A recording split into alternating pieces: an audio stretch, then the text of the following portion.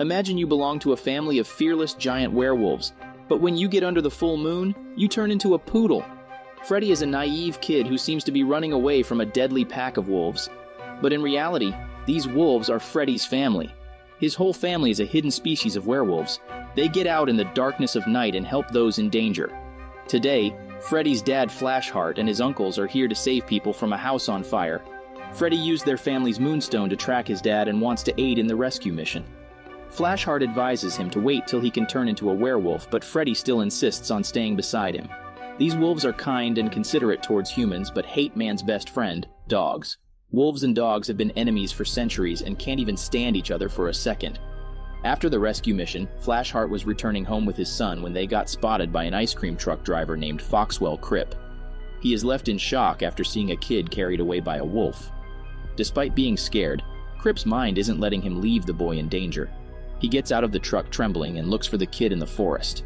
He eventually finds Freddy but gets terrified on seeing the giant Flashheart. Crip starts to walk backward and slips off a cliff. Flashheart tries to help him, but in this attempt he falls off the cliff by himself. Freddy's Uncle Hotspur takes away the kid immediately from the scene, but in a hurry they accidentally leave the Moonstone behind. The wolves tried to find Flashheart but failed, so they declared him dead and arranged his funeral. Freddy still cannot accept the reality. His mother left him when he was just a baby, and now his father is gone too. However, he must stay brave as he will soon become the pack's leader, who is called High Howler. Till then, Hotspur will serve as the leader. 6 years pass by and Freddy is a young man already. His family is really delighted to be finally able to see him turning into a wolf. They arrange a huge ceremony and invite all the relatives. Freddy is nervous and excited at the same time. He may be the son of the fearless Flashheart, but he does not have a strong physique like him. That's why a few family members like Hotspur don't believe that Freddy can be the High Howler, but their elder, Lord Hightail, believes in Freddy. Moreover, Hotspur failed to do the biggest task of High Howler and couldn't bring back the Moonstone from Crip. The normal-looking ice cream guy has installed wolf-detecting cameras and guns that shoot silver dust. Silver is the only weakness werewolves have. As the night sets in, the ceremony starts with some music. Then all the family members step in the moonlight one by one. They turn into wolves and howl in pride. Then they invite Freddy to do the same. Freddy starts feeling uneasy as his body tries to take a new shape. Instead of making others proud, he leaves everyone in shock and disguise. Because Freddy has turned into a white poodle dog. Hotspur calls it a curse of losing the Moonstone. The werewolves can't accept being led by a dog and want to banish Freddy out of the family. Freddy begs for mercy and promises to prove himself as a wolf. Lord Hightail gives him the last chance. He has to prove that he is 100% wolf before the next moonrise. Otherwise, he will be banished forever. Hotspur and other wolves go out to rescue the world while the poor Freddy is shut in his room waiting for a miracle. Hotspur's kids come to make fun of Freddy's failure. They take him to the storeroom and dye his hair pink. They also put a collar around his neck. Freddy gets really angry and runs away after locking the kids in the storeroom. Freddy stands in front of his father's picture and wonders what he can do to prove himself as a true leader. Suddenly, he remembers about the Moonstone. If he brings it back, the curse will be removed and everything will be normal again. Freddy jumps off the house fence and lands inside a truck that takes him to the city. He suddenly sees a kitten and can't control his dog's instincts. He jumps out to attack the kitten but ends up being stuck in the middle of the road. Luckily, he is saved by a female dog named Batty. She offers to take care of him, considering him a newbie in town, but Freddy feels it an insult being guarded by a dog. But as soon as he tries to move on by himself, he realizes the danger and rushes back to Batty. Despite being a small dog, Batty is quite fierce and strong. She takes down 2 giant dogcatchers all by herself. Freddy is impressed and requests her to help him get the Moonstone, and in exchange he'll give her all the meat she can ever desire. Batty agrees immediately. She also suggests that Freddy should learn how to be a real dog and fight against the enemies. She trains him for hours and Freddy starts to like his new form. Suddenly they see the werewolves rescuing people and Batty warns Freddy to stay away from them. She says wolves are monsters in disguise who sacrifice puppies to moon gods and sleep in coffins. Freddy can't believe the misconception about his family, but he can't clear them right now. He needs Batty's trust to complete his mission. She takes him to Crip's place but doesn't dare to follow him inside. Freddy finds the Moonstone, but it turns out to be fake. Crip is alerted of his arrival and catches him immediately. He ties him up and runs several tests to find if Freddy has any connections with the wolf. Actually, Crip isn't a bad guy. He just wants to avenge the werewolves because he assumes that Freddy is eaten away by a wolf.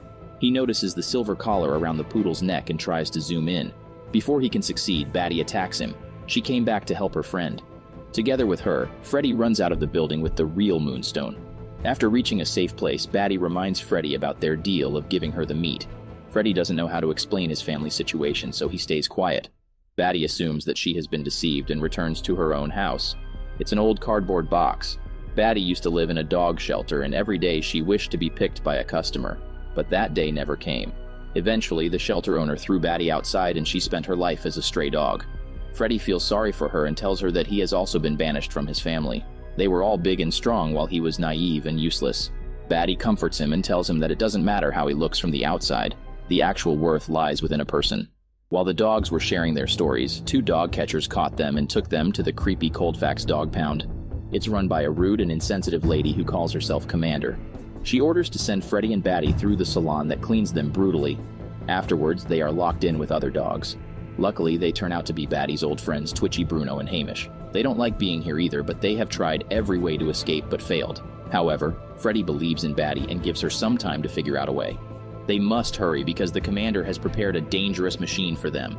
It is designed to transform dogs into hair wigs. She sends the blueprints to her business partner, who is no other than Hotspur. He's been working on this project to get rid of all the dogs permanently. While scrolling through the dogs' pictures, Hotspur finds that Freddy is caught by the Colfax too. He rushes to the company and requests to meet Freddy. The poor boy gets really excited and shows his uncle that he brought back the Moonstone. Hotspur takes the stone, but he still believes Freddy is an insult to the werewolves, so he leaves him behind. Poor Freddy realizes that his family doesn't want him anymore and returns to his cage. Batty asks for an explanation, and Freddy finally confesses that he's a werewolf who surprisingly became a poodle. Batty doesn't like the fact that Freddy kept his identity hidden and calls him a liar. She believes his family left him because of his selfish behavior. Freddy has lost both his family and his friends, but someone still cares for him. It's their housekeeper, Mrs. Muffins. She asks Hotspur about Freddy, but the cruel man keeps lying to her. Fortunately, she sees Freddy on the computer in Hotspur's car and rushes to save her beloved boy. Meanwhile, Freddy and his mates are still looking for a way to escape the prison. When the staff gives them a bone to eat, Batty uses it to block the cage door. She requests Twitchy to get out and unlock the door as she's the smallest. Twitchy does as instructed, but she can't see all the colors and presses the wrong button. The Commander comes over to inquire who tried to escape. They were about to catch Twitchy, but Freddy takes all the blame. Moreover, he pees all over the lady's expensive clothes, so Commander orders to throw him inside the beast dungeon. Freddy is trembling with fear as he waits for the beast to eat him. Little does he know the beast is no other than Flashheart. Freddy excitedly greets him and calls him Dad. Flashheart is doubtful at first, but then recognizes his son. Flashheart was caught by the Colfax dogcatchers and was brought here. Hotspur had found him, but he didn't help. Instead, he put a silver bracelet on Flashheart so he couldn't turn into a human again, and Hotspur can be the High Howler. No one could imagine that a family member could deceive them so ugly. Meanwhile, Batty and the other dogs realize that Freddy never intended to harm them, so they should also help him. They break through the air vent and reach the dungeon. The innocent dogs assume that Flashheart is attacking Freddy, so they start fighting with the beast. Freddy gets between them and explains the whole truth. If they want to save themselves, they must work together. Hotspur has the control button to the dog-crushing machine, so first of all, they must stop him. Flashheart agrees and leads the dogs through the air tunnel. It's blocked by a huge exhaust fan, and on the other side is the filthy Commander. Luckily, Mrs. Muffins reaches there and handles the Commander. Flashheart and the dogs escape the building while Twitchy is left behind. She may be little, but her attacks are stronger than a beast. As soon as Freddy gets under the sunlight, he turns back into a human, but a naked one. He grabs some random clothes and rushes towards his home. Lord Hightail officially announces Hotspur as the High Howler because Freddy failed to prove himself as 100% wolf. Hotspur celebrates his achievement and shows everyone the dog-crushing machine. He will erase their so-called enemies from the globe forever. Before he can press the button, Freddy stops him. He also brought his dad, who exposes the real face of Hotspur in front of everyone. Before Lord Hightail can take any action, they get attacked by Crip, who shoots the wolves with silver dust. Freddy requests the dogs to protect his dad while he stops Hotspur. The evil wolf gets back the machine control and turns it on. But Mrs. Muffins has already opened all the cages and the dogs run away. Only Twitchy gets swallowed by the machine, but she aggressively chews off the wiring and destroys the whole machine. After his plan fails, Hotspur decides to take out his frustration on Freddy and follows him to the roof. The rest of the wolves standing in the front yard cheer for Freddy and encourage him to get under the moonlight. Hotspur thinks that the Moonstone is rescued, so Freddy will become a wolf too, but the boy turns into a poodle again. However, he's not ashamed of his appearance anymore and calls himself a werepoodle.